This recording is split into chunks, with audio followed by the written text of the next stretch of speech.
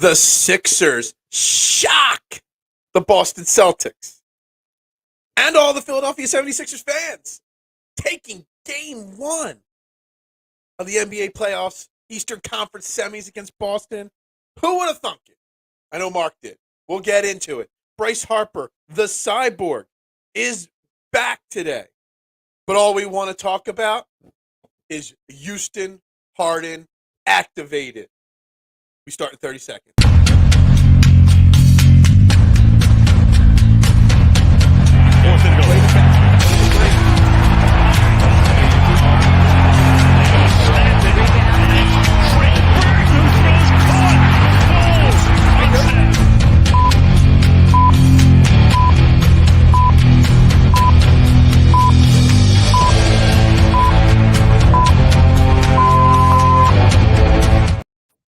And a very good morning, everybody, and welcome to Trending in the AM right here on Philadelphia Sports Network. We're live, Facebook, YouTube, Twitter. You know the drill. Like, share, retweet, follow on all social media platforms. Make sure if you're watching on YouTube or Facebook, hit the like button, the subscribe and follow button.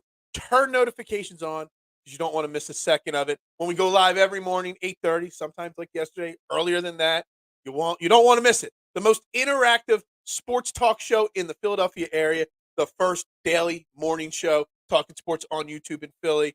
And it is right. Play the song, everybody. Sixers take down the the Boston Celtics with Houston James Harden, 119-115. I'm so excited. I can't even get the words out. I can't. The whole starting lineup played well together. Houston Harden came alive. Drop those thoughts in the comments section on your Sixers big win.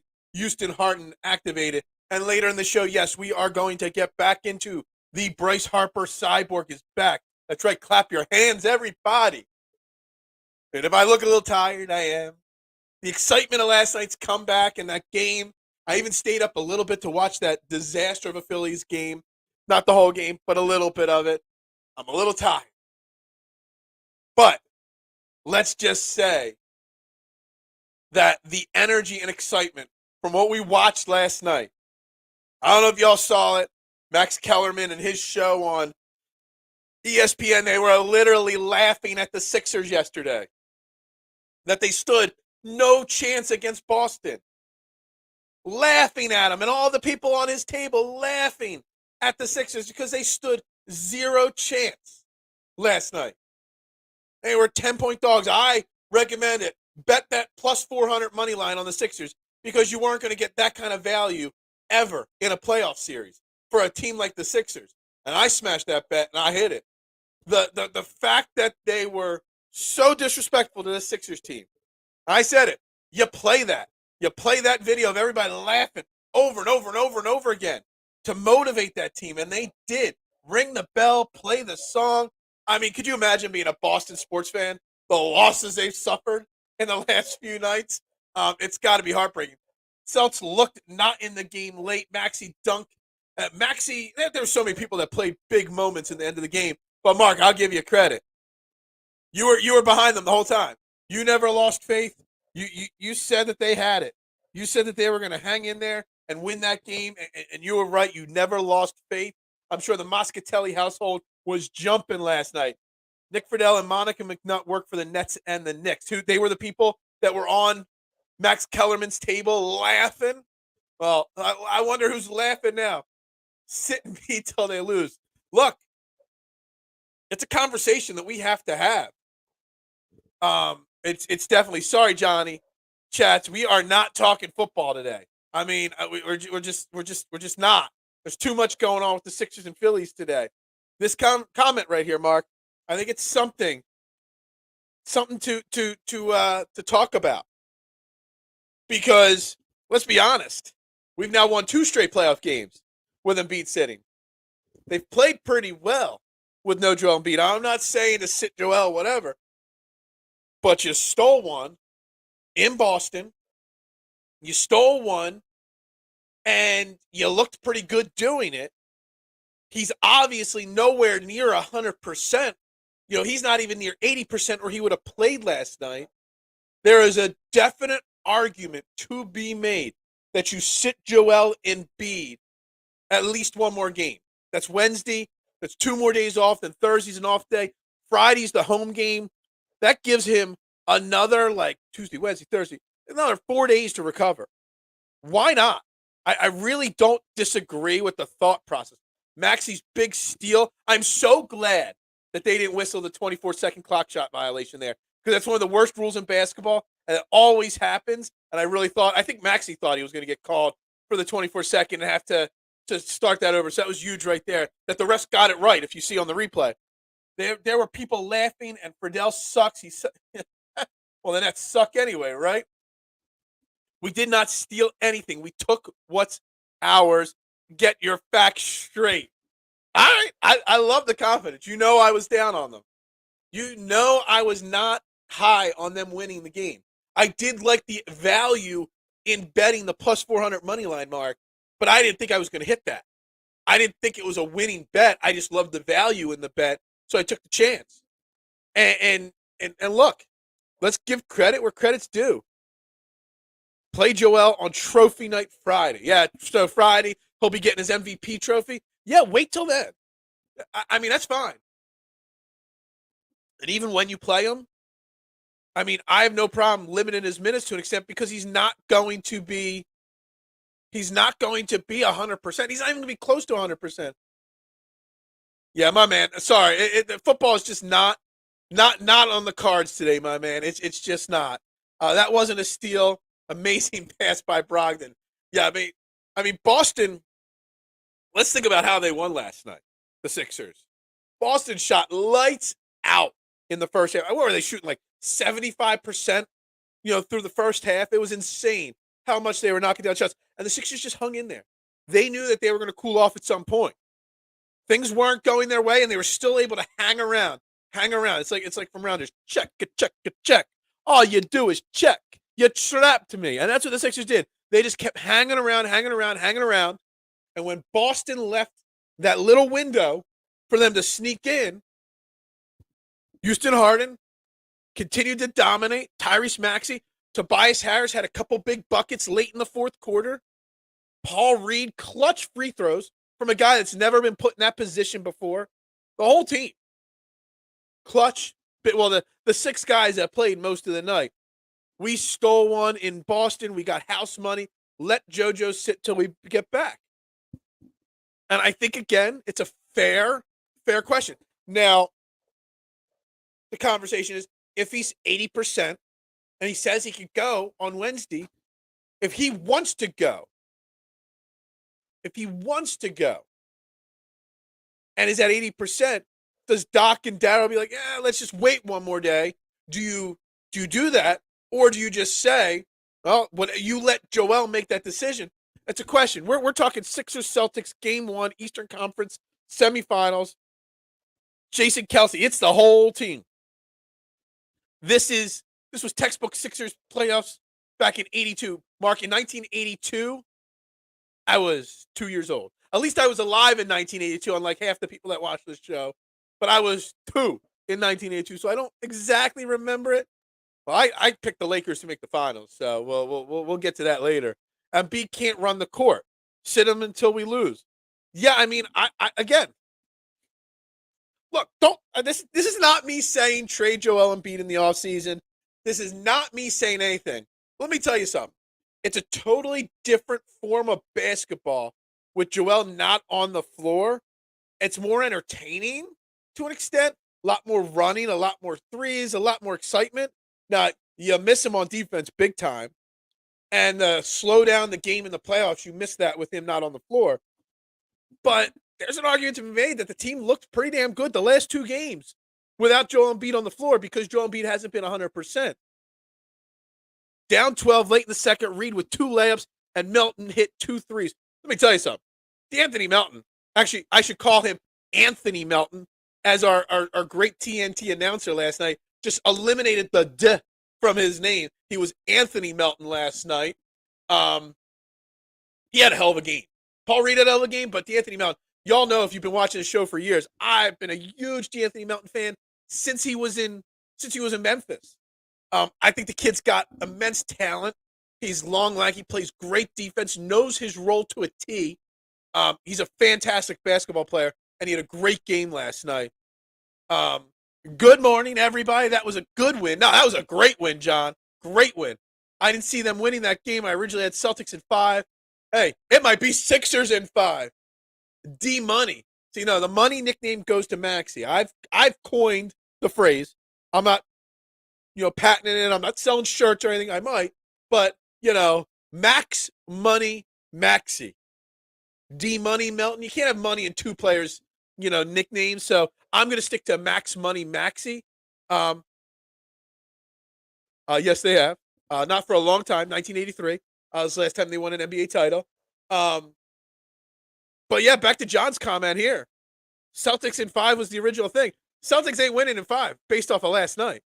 If anything, maybe the Sixers actually stand a chance in the series. I would love to know, statistician, if you're watching. I don't know if I haven't seen you. You commented early in the show.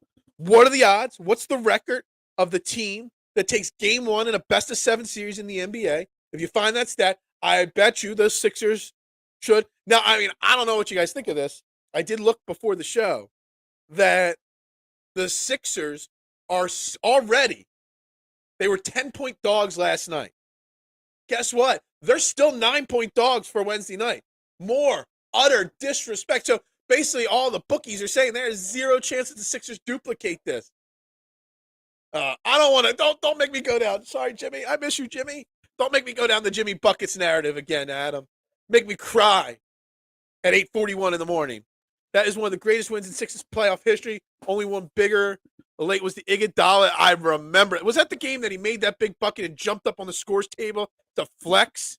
That was a big moment right there. But the disrespect that we're already 9-point dogs. They haven't said whether Embiid will play or not. We just took game 1 in Boston. Come on.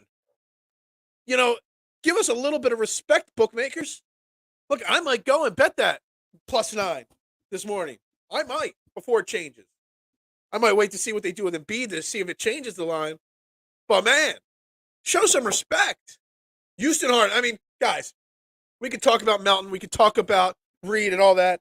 But really, we don't win that game if you don't have 45 points from James Harden. He shot 17 of 30 from the field, 7 of 14 from 3. Had 6 assists, a couple steals, 1 rebound only, which was kind of crazy. James Harden could not be stopped. His little pitter-paddle crossover dribble, he made guys look silly last night. The getting the switch on the game-winning shot and having Al Horford guarding him. Al Horford is Al Horford, but he was a -17 last night on the floor. Defense is just long gone in Al Horford. We don't win that game if James Harden does not do that. We could talk P.J. Tucker. P.J. Tucker had a great game, not in the box scores, but P.J. Tucker did affect the game in other ways. Another person chiming in saying, hold Embiid out till game 3. This is going to be one of the most hotly. It's funny, John, because, and everybody else that keeps bringing this up, because the story should be Houston Harden activated. The great game that James Harden, if James Harden stays healthy, because he seems healthy, he had a little burst. You saw a couple moves last night where he just blew by his defender to get to the rim for an easy layup. I think at least 2 or 3 times. And that should be the story. But the story that's going to happen over the next 2 days is just going to be one story: to play or not to play Joel Embiid. The question isn't sit him or not. The question is, do you let him make that decision? Because he's going to want to play. He tried to play last night. Would you let him make that decision? Or do you as an organization say, yo, we need you for the long haul. We're going to give you one more day off, one more game off, and then see how he feels on Friday. Oh, that pass to Paul Reed. Whew. There were 2 passes that were huge to Paul Reed. It was insane. All right, statistician. Teams that win the first game of a best-of-7 series go on to win 76.6% of the time, 393 to 120. Statistician coming through. Yet the Sixers are 9-point dogs yesterday. I did see somebody else share. So it was like plus 420 for the Sixers to win the series, -3 something for the Celtics to win the series before game 1. Now the Celtics are still on the odds, the favorite to win the series, but it's like neck and neck. It's like -170, -145. It's neck and neck. It was, it's crazy the lack of respect the Sixers are getting on the betting markets after the way last night's game transpired and played out. James Harden. I mean, he was so strong last night. Like that may have been, I know we've said it about 2 or 3 times this year, but that may have been the best James Harden we've seen in a year and a half in a Sixers uniform. Not just because of the 45 points. The 45 points are great, even if he scored 30 points. But it was the way he was scoring, the confidence he was scoring with, the leadership you saw him display on the court during the game, after the game. Like, everybody was on the court, high five and whatever after the game. He's like, no, everybody. He was like a sheep herding dog, like herding them up. No, let's go. Locker room, let's go. Strip club opens in an hour. No, just kidding about that. Well, maybe not. Like what we saw from James Harden last night, we haven't seen. It was the whole package. It was the whole picture. It's what we want. Games like last night. I mean, we won the Ben Simmons James Harden trade, obviously, but nights like last night make me think how that's all. Like, we had to give up so little to get him here. Ben Simmons, who doesn't play, and the fact that he couldn't make it work with Durant and Irvin in Brooklyn. I mean, that beard is great. Don't talk to me about beards. You know, us bearded guys, we stick together, my man, just so you know. But it was the best game that we've seen from him. And the lack of respect that this team is getting after last night in the bookmaking market. I can't wait to see all the highlights from all the ESPN shows today floating around social media, because I won't watch them, but I'll laugh at all the clips that are put online. I mean, I'm guaranteeing people are going to, that was they shot their load, that was all they had, blah, blah, blah. Look, think about it. Like in Philly, you had the Eagles in the Super Bowl, the Phillies in the World Series, the Union in the MLS Cup. We kept joking Sixers in the NBA Finals. You know, all the teams at the same time. Boston just lost, the Bruins. Best team in the history of hockey, knocked out in the first round.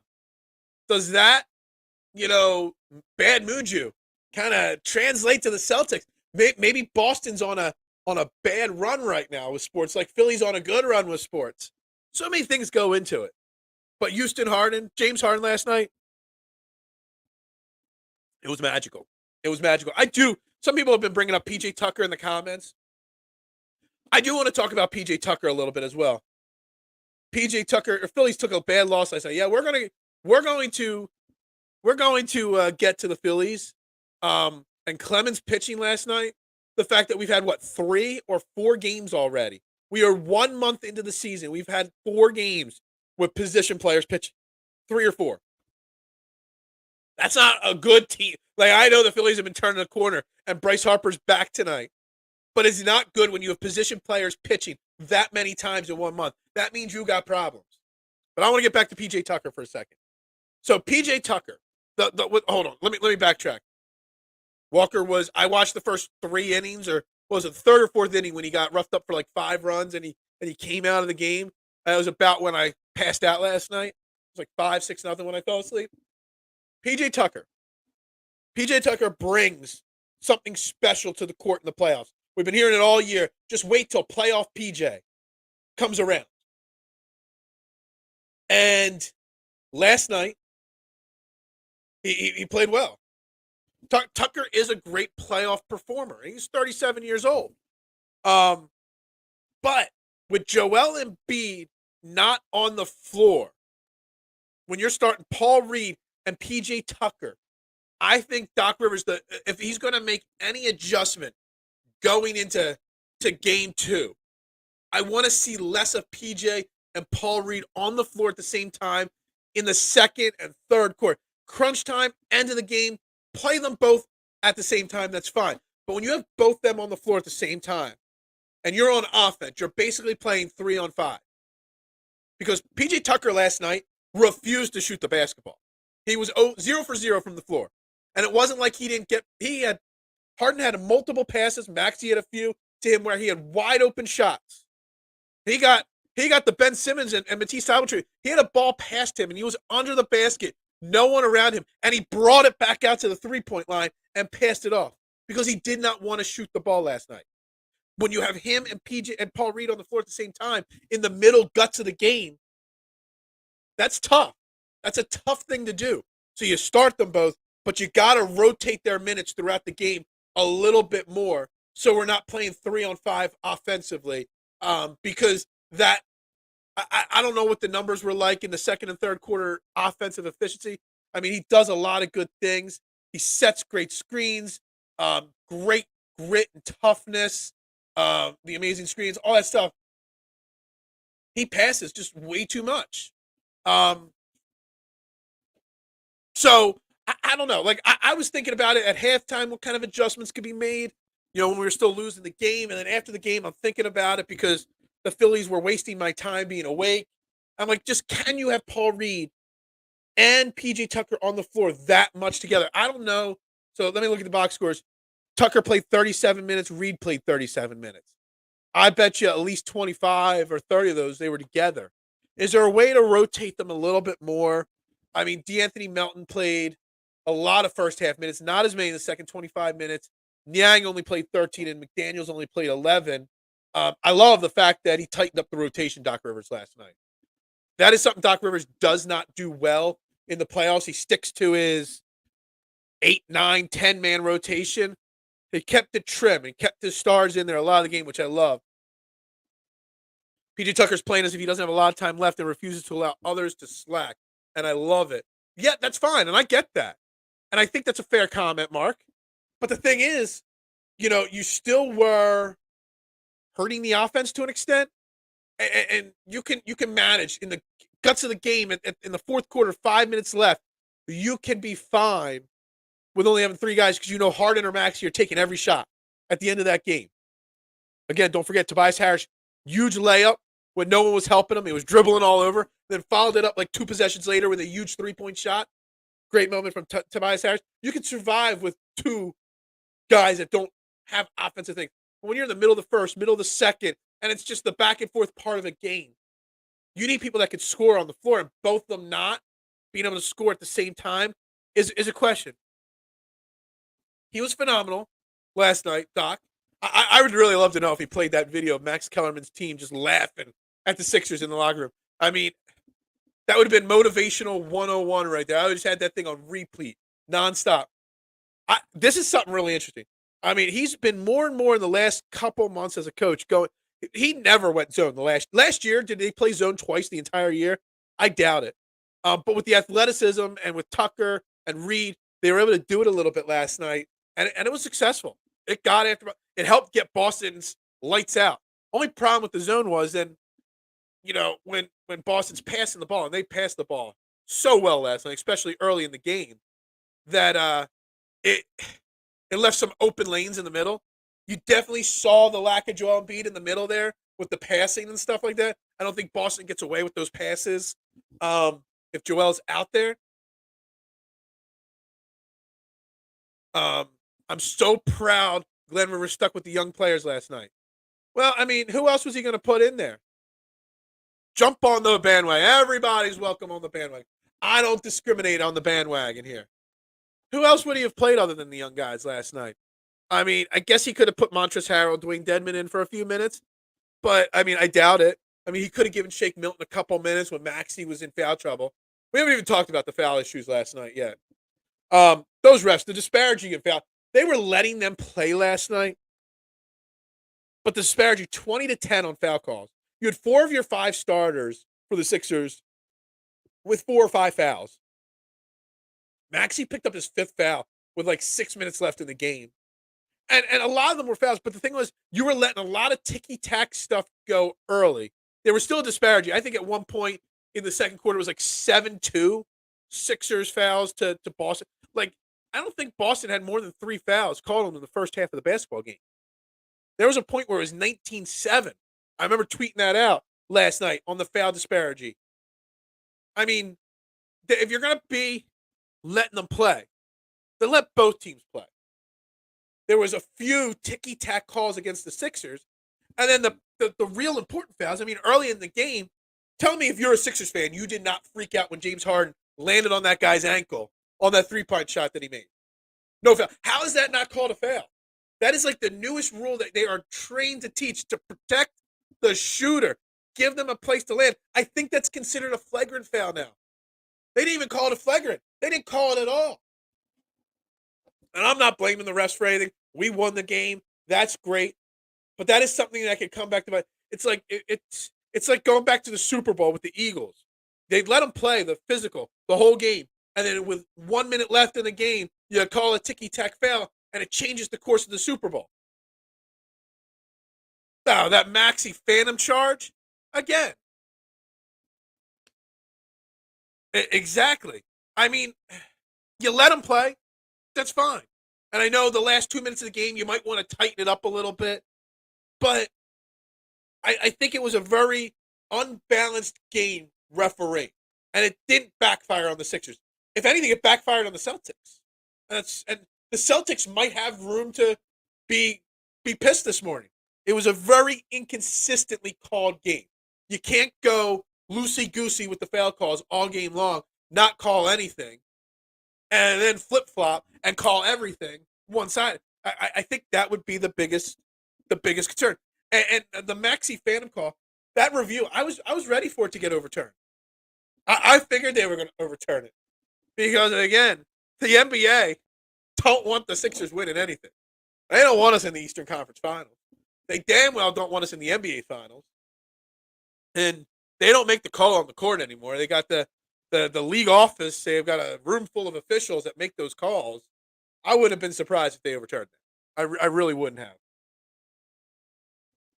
Yeah, Kevin Harlan called it. I was waiting. I didn't even think they were going to go. The refs huddled up at first because one ref called it a charge, one ref called it a block, and they got together and met. They called the third ref over, and all of a sudden they're like, we're going to review it instead. Kevin Harlan got a lot of flack last night, and I gave him some too with the Anthony Melton instead of DeAnthony Melton. But he's not a bad announcer, and I want to say, yeah, I wouldn't say fantastic. He made a few slip-ups, and we all do. But I'm an amateur. He's a professional. He shouldn't make as many slip-ups as he did. But I still hate the fact that local announcers don't get to call sporting events in the playoffs. At least in the NBA, they give us the first round. But wouldn't it be fantastic if you had Kevin Harlan on the call, and then you had Ala or Kate Scott on one side of them, and you had one of the Boston local announcers on the other side? Like, you need some local flair to these playoff games. I would say 80% of the people that watched the game on TNT last night were Celtics fans or Sixers fans. Yeah, you have your basketball diehards that are going to watch it, and they don't care about the local. But most of the people that tuned in last night were either favoring one team or the other because that's their team. You've got to get a local guy or girl, obviously, on the call. If you're gonna make it because of the broadcast rights and stuff like that the NBC Sports Philly or whoever your local market airs on, I get it. TV money is a big deal in sports. But I'm sure Al Abdunali would have called the game with Kevin Harlan and somebody from Boston. You could have put Kate Scott in there. She's got national, recognition. Same thing when it comes to the Eagles. You could put Mike Quick in the playoff games. For the Eagles, you could put John Kruk in the booth for playoff games for the Phillies. Get that local. It's not just the local flair. It's the local knowledge. You could tell certain parts of the game, these national guys, all they have is their sheets in front of them with their notes and the 3 or 4 games they may have watched of these teams this year. And so they don't know a lot about these teams, the inner workings of the Sixers or the Celtics. So you have somebody local that can impart that knowledge. It's very important. They want every market. I get it. It's just, it really makes it difficult to watch when you're used to watching two people, Kate Scott and Ala, call every game. And Ala, I've hit you up on the DMs. Meet you on Trending in the AM here to come join me to talk a little Sixers basketball. Answer your DMs, Ala. Everybody tweet them. I've DM'd them. Everybody tweet Ala. DM'd them to come on the show. You need some of that local attention. I will still fire Doc Rivers. Well, Mitch, if you're talking about that after last night's game, then you're just a grumpy old man. I know you. You're not. I get it. But last night, you cannot criticize anything Doc Rivers did last night. I cannot criticize anything Doc Rivers did last night. It was a well-coached game, a well-played game. They faced adversity with foul trouble, and Boston shooting 800% from the field early. They were able to withstand the storm, withstand the negative attention this team got, and they were able to pull it out and win that game. And if anything, last night is the perfect reason not to fire Doc Rivers, because it shows that, without Joel Embiid, they were able to win the game. He was able to find the right buttons to push, the right rotation, the right way to do things. And last night was the exact reason that us anti-Doc Rivers guys, the people that don't want Doc Rivers around, last night is the reason why Doc Rivers could be around after the season, even if we lose this series. Which, again, as Kyle Potter, gratefully got the information for me up here. We are a 76.6% favorite now to win this series. So last night he was great. The whole team was great. This is something that they could do. I was talking at halftime. Maybe you put a little Daniel House Jr. in there. Long arms, lanky, could probably guard Jason Tatum a little bit better, get hands in his face a little bit better. Maybe a little bit more McDaniels. What did McDaniels play? 11 minutes last night? Yeah. He didn't make a bucket. He took a couple shots, had a rebound, was a -8 on the floor. Maybe you bump him up a couple minutes. It's just the fact that PJ Tucker won't shoot. And PJ Tucker, the last 7 minutes of the game, you got to have him out there for those crunch minutes of the game. But in the middle guts, when you're trying to build a lead or come back from a deficit, and you got a guy out there with Paul Reed that neither of them can score, you got to put somebody that at least has the confidence to take a shot. PJ Tucker wouldn't take shots on it. He passed up so many open looks, threes and in the basket area, under the rim. And him passing up a couple threes infuriated me. But when he caught the ball, I think he was 4 feet under the basket. He was on the bottom of my screen. We were scoring on the left side of the TV screen. He caught a few feet from under the basket, and he ran towards the three-point line instead of turning around, and putting it in the rim. That literally annoyed the living hell out of me. It made no sense. I don't get it. I don't understand it. I'm not sure why.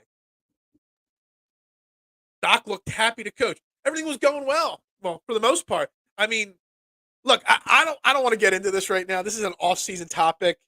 Philly rated Poppy. But does it seem like the question isn't, can Joel Embiid and James Harden work together? But does it seem like Doc actually prefers to coach his team when Joel Embiid's not on the court? I'm saying this very quietly because I don't want to start a riot. But is it Joel Embiid and Doc Rivers that's the problem? That if you give Doc Rivers his team with as it was last night and you add a few more other pieces around him, does Doc Rivers have more success? Doc Rivers wants to run an up-tempo offense. He wants to be able to run zones sometimes. He can't with Joel Embiid out there, and he can't adjust to Joel Embiid well enough, or Joel can't adjust to what he wants. I don't know. I don't want to get into that conversation, but it seems like Doc enjoys coaching more when Joel is on the bench. I don't know. Are we due to be on the other side of a team meltdown? Maybe. I mean, Boston's confidence has got to be shot after last night. They literally shot 70% plus in the first half and still could not win that. They said it perfect at the halftime show. Was it Chuck or Shaq said that you just shot 70%, you should be up 20, not up 3. Like, you got to be questioning yourself at that point. So I don't know. Maybe they come out and beat us by 20. Like I said, they're already 9-point favorites, Boston, in game 2, which is insane. Do you agree on what I just said about Doc and Joel? Because I don't want to have that conversation. I really don't. Because I want Doc gone. But then you see the last game against Brooklyn. You see last night, how different Doc looks and how different the team's coached. Something I'm scared about. So I don't want to have the conversation, but I feel like it has to be had. I count at least 5 or 6 shots that McDaniels would have made or at least taken from PJ Tucker. Absolutely. PJ Tucker's lack of shots, really frustrated me. But again, I'm sure if you noticed that, you noticed the one where he caught the ball pretty much under the basket and ran to the three-point line, passed it off to Harden. Instead of literally just turning around, he could have just done a little baby hook, turn around, dunk the ball. I mean, it was literally infuriating. That was like, to me, what when Ben Simmons passed that layup up to Maxey against the Hawks. It really was. McDaniels would have taken. McDaniels might not look pretty when he's shooting, but he takes the shot. McDaniels is a good young kid. I think this is the last year of his deal, so he might be a restricted free agent. He might have 1 year more left in Philly now that we traded for him. I don't know, but he's a guy I'd like to see develop on this team. Sorry, I am beyond congested this morning. I want Doc going for Cassell, and I agree with that. But you agree with what I'm saying? See, it's interesting. It's really interesting thought process to even get into. Is Doc Rivers a better coach without Joel Embiid? I don't know. Does he want to coach without Joel Embiid? I only say meltdown because Boston is not that far removed from blaming each other. Teammates complaining that Tatum is doing too much. Do you see the shot differential between Tatum and Jaylen Brown last night? Jaylen Brown took 25 shots. Or Jason Tatum took 25 shots. Jaylen Brown took 10. Hell, Malcolm Brogdon took 16 shots. How does Jaylen Brown only get 10 shots up on a game? I don't know. I'm not sure. But, yeah. I just don't – I don't know if Boston gets the meltdown. I don't. I don't know if the Sixers meltdown either. I think we're in for a game 2 on Wednesday night that's going to be extremely similar to game 1. Super close. You might have some swings of 10, 11 points. Whether Embiid plays or not, I've seen him miss quite a few game-ending shots for sure. He does think he's Kobe, for sure. But there is only one Black Mamba. There is only one Mamba mentality. Well, actually, there's two. There's Kobe, and then there's Jalen Hurts has the Mamba mentality too. But that's a conversation I've already had, or we can have on another day. Yeah, I don't even remember Jaylen Brown being involved in the offense at all after the first quarter. Like, I bet you 10 shots, half of them were in the first quarter, and the other 5 were over 3 quarters. He played 42 minutes, too, last night. It's not like he wasn't on the floor last night. So, I don't know what happened there. But, yeah, Tatum is a great player. Tatum will probably win an MVP at some time. Tatum will probably play in an NBA Finals at some time. Jason Tatum is one of the 10 best players in the NBA right now. Maybe borderline top 6 or 7. I get it. But to me, the eye test, the 6 or 7 games I've seen him play this year, a couple against the Sixers last night, 1 or 2 other games that I watched, he just doesn't have that killer instinct. Like James Harden last night showed a killer instinct. Like, he wanted the ball, he took the shots in the big moment. You know, he wasn't letting anybody, and he comes through with it. You know, Steph Curry's a guy that's got that killer instinct. Like, Steph Curry could be 0 for 13, but if he needs to take a shot to win a game at the end, you know he's going to make it. You know, Sixers fans, we're used. I would have had if there was a second, if it was a 2-point game with 3 seconds left, when Jason Tatum takes the shot, I'm like, yeah, he might make it, he might not. But if Al Horford was taken, I would have thought it was going in just because he's got that killer gene in him. Al Horford had an awful game last night. I know he scored scored double-digit points. What did he have last night? 11 points last night. I know. But, man, let me tell you, his defense, he's slow. And this might make his sister come after me for doing it. She might already have me blocked. I don't know. But he looked awful last night. But it's Al Horford, and he always likes to kick the Sixers' ass. So, you know, the fact that, you know, that he didn't get a chance to hit a game-winning shot, you just would know it would go in if it was. But he had some good passes last night. His offensive game is still there. He still knocks down shots. He still passes the ball well. He still rebounds. He just doesn't play good defense anymore, Al Horford. But, yeah. Do they have a meltdown? I don't know. Who has the meltdown? I don't know. I don't think anybody has a meltdown. I think you're going to see this series. I said Celtics in 6. I did. Still a possibility. If last night's game taught me anything, maybe there's a chance it sways to Sixers in 6. But this series is going to go 6 or 7 games. No matter what. Whether Embiid plays Wednesday, Friday, never, who knows. There were reports last night, before he was ruled out, that they were talking about ruling him out for the rest of the playoffs. Joel Embiid. And that kind of goes into that whole thing we had, John, a second ago. You know, maybe Doc Rivers doesn't want to play with Joel. I don't know. Maybe James Harden doesn't want to play with I don't know. 3 shots in the second half. I mean, you could fool me. I don't remember him taking a single shot. That's how little he was shooting the ball in the second half. That's not good when your second best player on your team takes 3 shots in the second half of a playoff basketball game. Your second leading scorer, your second best player, takes 3 shots. It's not like they played a 10-man rotation last night. They played a basic 7-man rotation last night. I know Brogdon took a bunch of shots, but White wasn't playing well. Smart, smart. You know what I mean? You just basically avoided giving the ball. It made no sense. Maybe there were some coaching flaws in Boston. We brag. We've been talking for weeks now how Boston just never has a bad coach. Well, maybe Boston's coach didn't have the best of game. Did Doc Rivers out-coach Boston? I can't think of his name off the top of my head. That's why I keep saying Boston coach. Did he out-coach the Boston head coach? Possibly. He is a rookie head coach in his first NBA playoff run. Dirk, White, and Williams were non-factors? Absolutely last night. But White took 5 shots, and Williams took 3 shots. Some of those shots should have probably been to Jaylen Brown. I refuse to believe that Glenn gets outcoached by Missoula. Well, you would have thought going into the series, we talk about all the great, it's like a coaching paradise there. Every time they fire one coach, another great coach just comes along. Instead of the quarterback factory, it's the coaching, factory there in Boston. Glenn won the coaching battle last night without his best player on the floor. Oh my God. This is just when Al Horford was in Philly, I mean, the entertainment value between Anna Horford and all the trolls on Twitter. I mean, is there anything else to say? I mean, you know what I'm talking about. All the trolls going at it. I do know somebody, Prince, who changed his name to something close to that and made his profile picture Anna Horford's.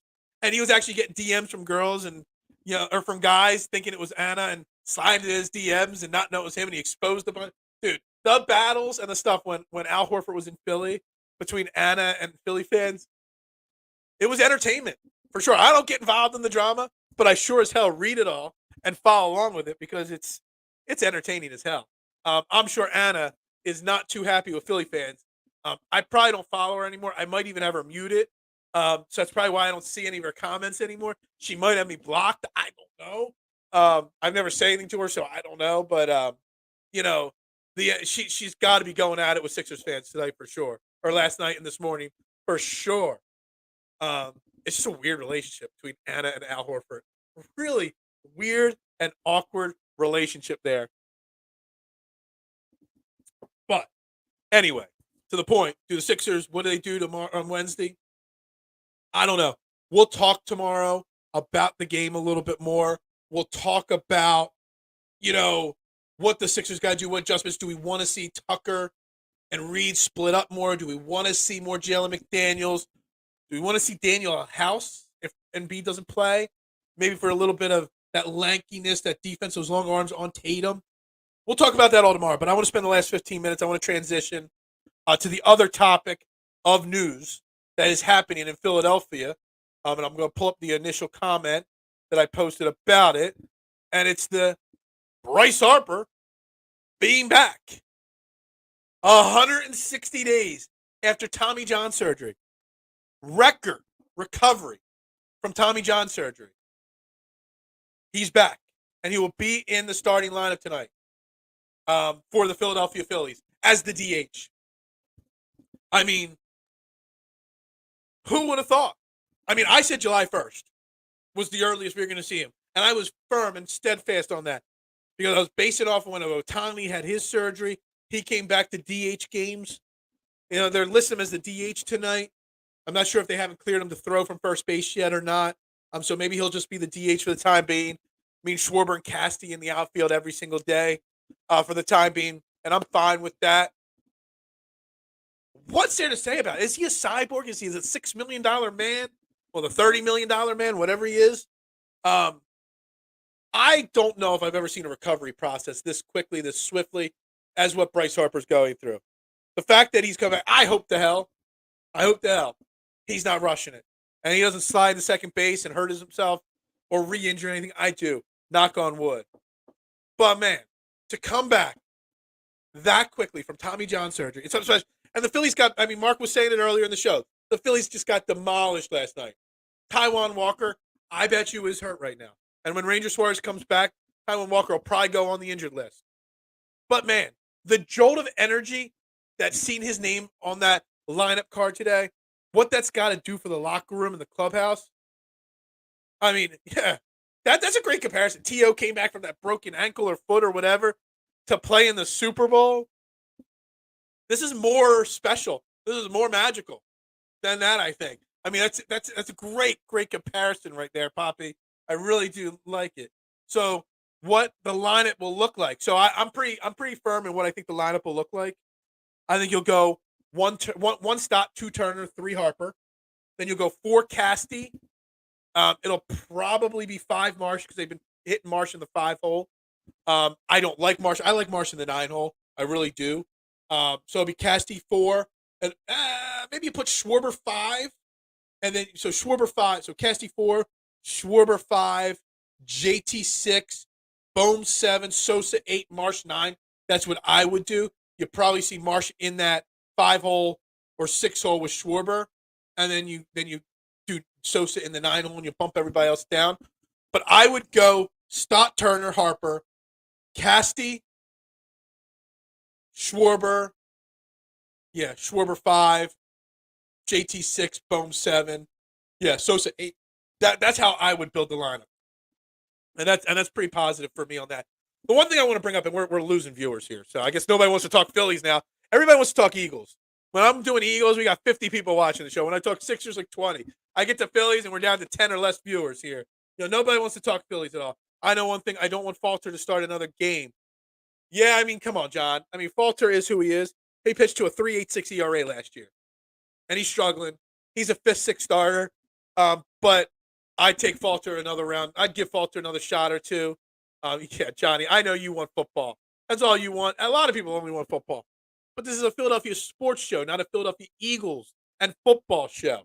So I got to talk my Phillies. My first tattoo was my Phillies tattoo. Everybody loves the Birds. I know. But I do love talking Phillies.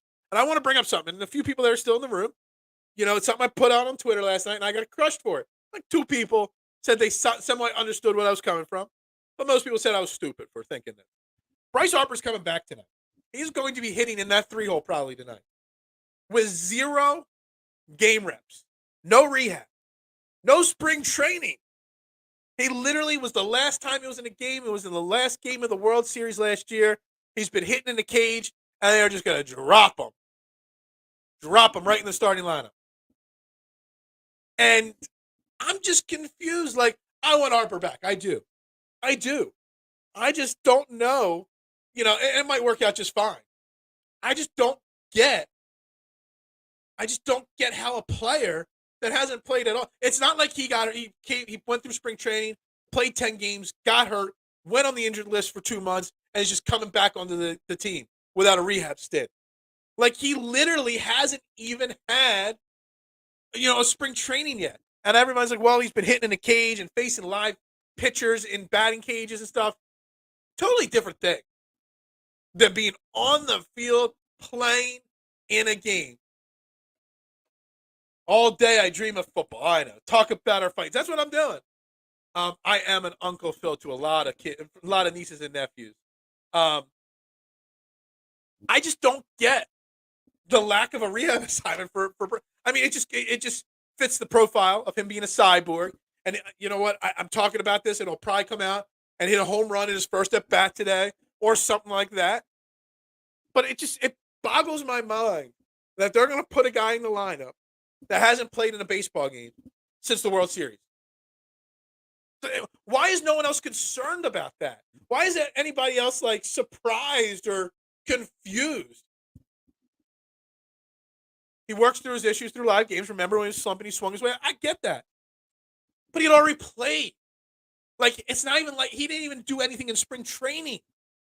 Like, he's done no in-game work. It's not like he's in a slump and coming out of it. It's not like he played, got hurt, and is coming back.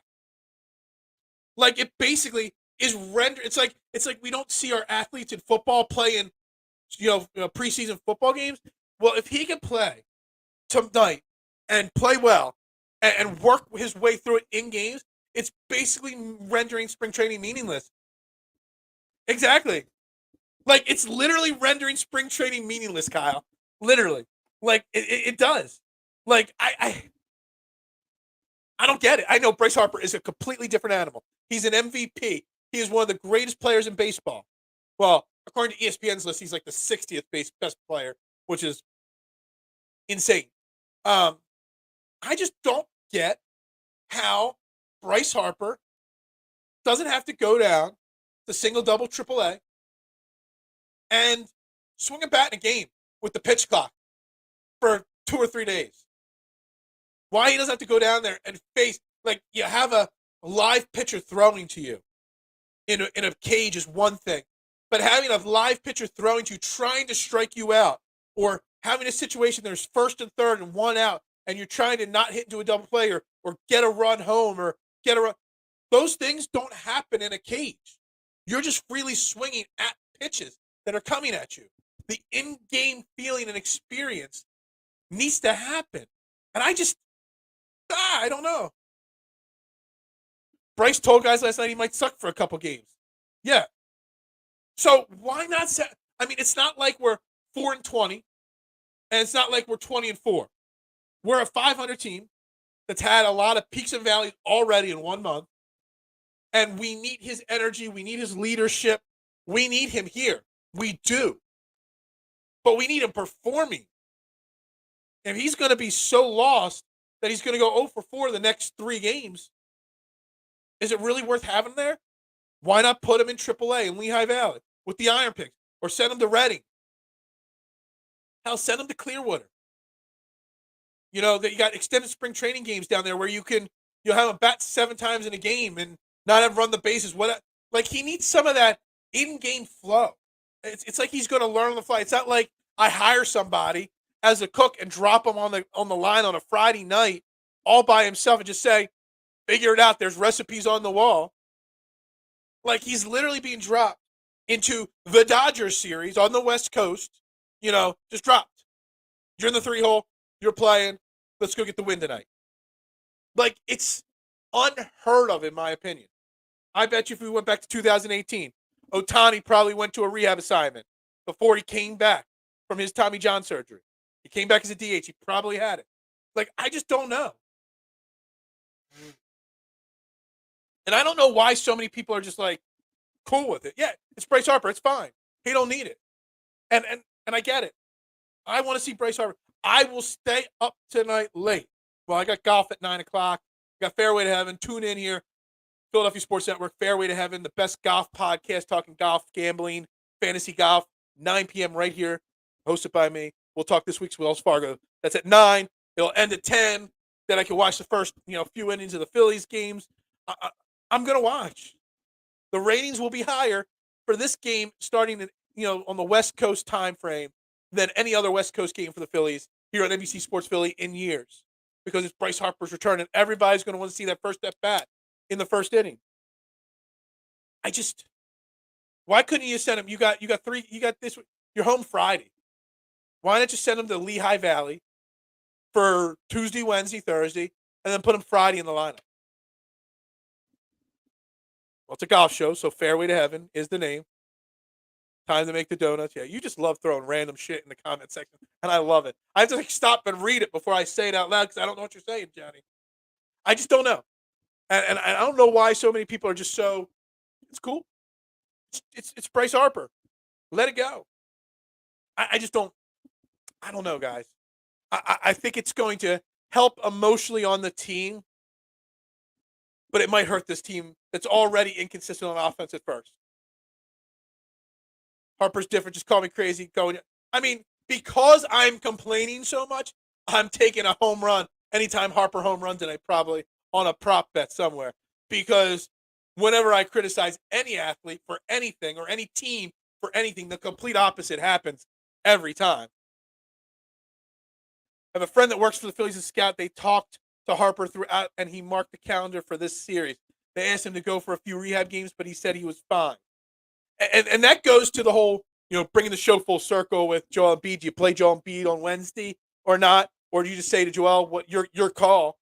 Joel's going to want to play. Joel's going to say he can play. Bryce Harper says he can play. I guess he's your $300 million man. You listen to your $300 man. And that's fine. I get it. I just never heard of it before. I've never seen anything like this before. I don't know how this happens. Like, it's dumbfounding to an extent to me. I have an opinion, like I said, but I don't even know how to think about it because I've never heard of a player just not playing all year and then May 2nd being like, I'm good to play, let's play. Dude, if Vegas therapy works for James Harden, I'll pay for his. I mean, he don't need me to pay for his Vegas ticket. I'll fly him out to Vegas today. Let him get a little loving, little good times in, and then fly him back for Wednesday to Boston. Sure. Hey, I'll let him slap me outside of a club in Boston if that's what it needs. If we get 45-point Houston Harden, he can slap me silly. I don't care. I'll accept that. I'll take that for the team and for the city. Anyway, we're going to wrap up Trending the AM right there. Sixers with the big win. Phillies, Bryce Harper back tonight. We'll see how Bryce does tonight. We'll talk about it tomorrow. We'll talk this Sixers game 2 and what they should do more tomorrow. Maybe I'll try to find a guest or two to come on. I don't know. We'll see. Still up in the air what we're going to do tomorrow. But anyway, we're going to wrap it up. Make sure you like, you subscribe, you turn that notifications on. Oh, man, that was fantastic. Fantastic last night. Have a great day to everybody. Like I said, I'll be back tonight, 9 p.m. Fairway to Heaven, talking this week's Wells Fargo Championship. Who am I going to pick to win? Maybe we'll talk a little football. Not all football, but maybe we'll talk a touch of football. We'll see. We'll see. We'll see how the conversation goes tomorrow. But tell your friends to tune in to Trending the AM right here on Philadelphia Sports Network, the best, most interactive Philadelphia sports talk show there is, better than anything on the radio, any of the bigger media sites on YouTube. This is the best show. Make sure you tell everybody to tune in every single morning, 8:30 in the morning. Y'all have a great day. For Philadelphia Sports Network, I am Phil Stiefel. We'll see you tonight, 9 p.m., Fairway to Heaven, and again tomorrow morning, 8:30 a.m. for another episode of Trending the AM. Y'all have a great day.